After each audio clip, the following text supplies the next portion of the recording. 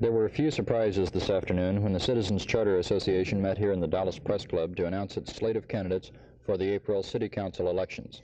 As expected, Mayor Eric Johnson was named to run for a third term, heading the slate once again. Several newcomers were named as CCA President Dow Ham introduced the candidates. We are enthusiastic about these nominees. They form what we believe is a good and a balanced slate. Let me introduce them to you now. In place 1, Mr. Ted Holland. In place 2, Mr. Abe Meyer. In place 3, Mr. Doug Fain. In place 4, Mr. Gary Weber. In place 5, Mr. Henry Stewart, Addison Airport Executive. In place 6, Mr. Sheffield Cadane. In place 7, it seems obvious the issues of partisan politics has been injected with considerable press fanfare. We make no attempt to pass any judgment as to the correctness of the charges or countercharges of partisan politics or any individuals. Because the CCA is not a partisan political organization and will not become one, there will be no CCA nomination offered for place 7. Place 8.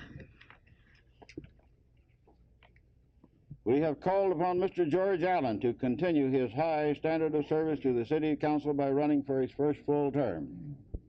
He has demonstrated to all of us the outstanding ability to represent the people of his district and the entire city of Dallas. In place 9, I introduce Mrs. Anita Martinez, an active worker for the community improvement.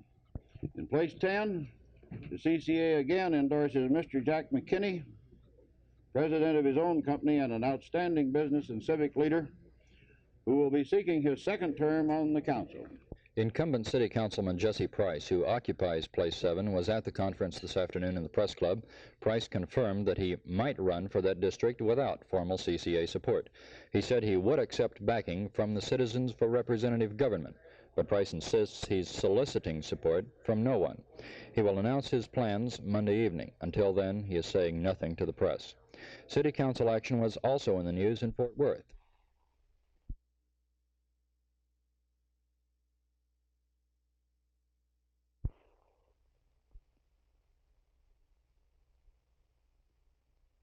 Well, of course, that's a possibility because much interest has been generated in this overall problem, particularly with respect to those who might find themselves in the hands of various nations who do not, in general, conform to some of our standards and so on. So I wouldn't say that there were going to be changes, but I think that you will, can also agree with me, though, that there will be a very close look given to this.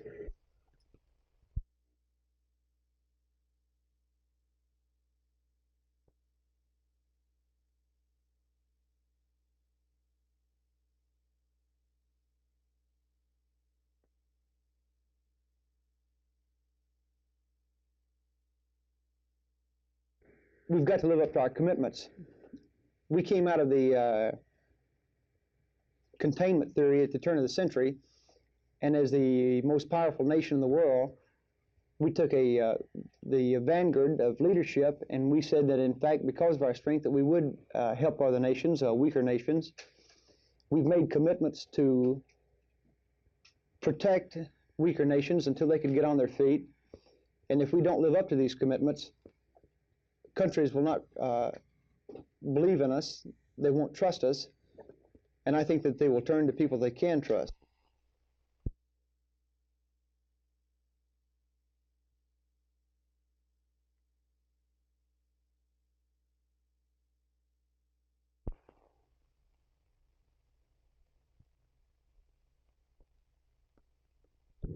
My understanding is that there is a sex education program in the schools and that the citizens should express themselves on this.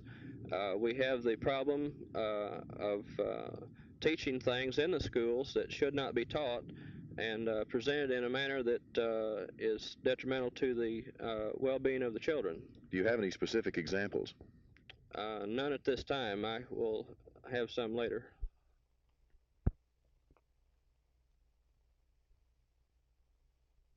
And what we're concerned about is the fact that this is sex education without morals.